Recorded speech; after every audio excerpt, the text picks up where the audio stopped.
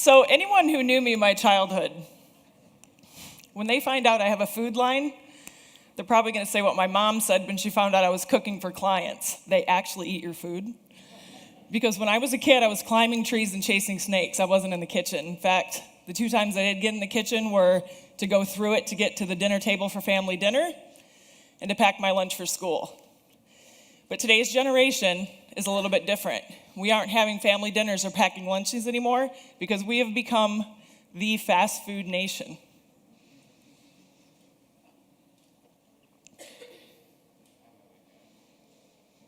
So today, with type 2 diabetes, high blood pressure, food allergies, and obesity on the rise, something has to change.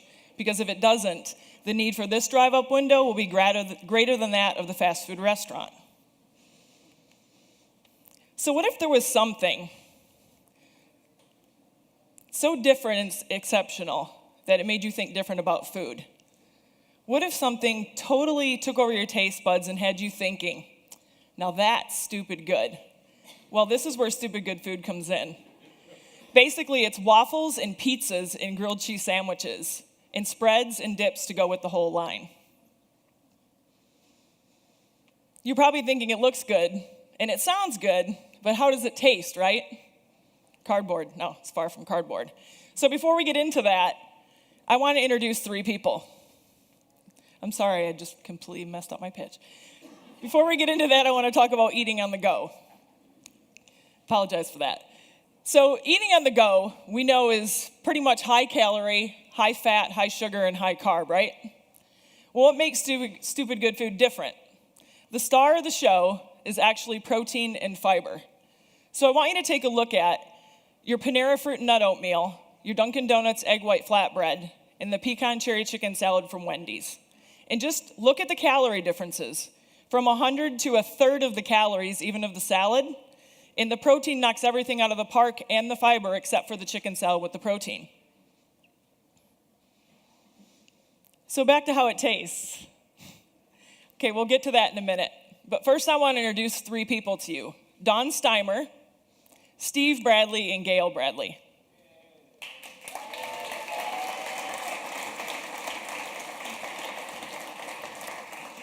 With a little bit of nutrition counseling and some stupid good food, these 3 have collectively lost 300 pounds and save over $200,000 a year on prescription medication.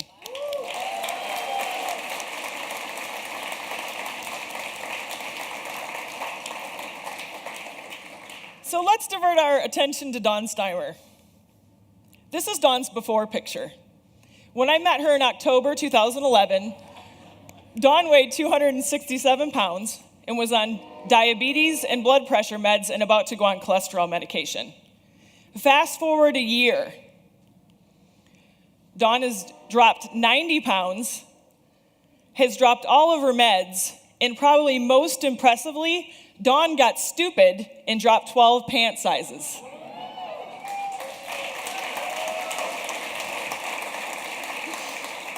Steve and Gail got stupid and dropped 10 pant sizes each.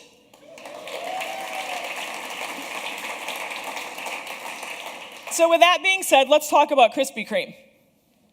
No, we're not going to talk about donuts. We're going to talk about the Krispy Kreme business model. Because in order to get stupid good food from my client base to the consumer, first I need a research and development kitchen. And much like Krispy Kreme, how many of you have been into the Krispy Kreme on Bearden? In Bearden? Getting coffee, right? Right.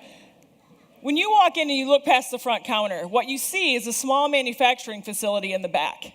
And that facilitates deliveries, shipment, and serving you a hot waffle with your coffee.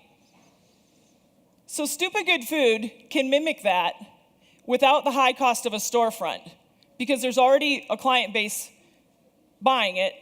Basically, what we would need to do is set up the R&D kitchen with a small manufacturing facility and kick out the waffles. So in order to do that, last night I proudly launched the Indiegogo project.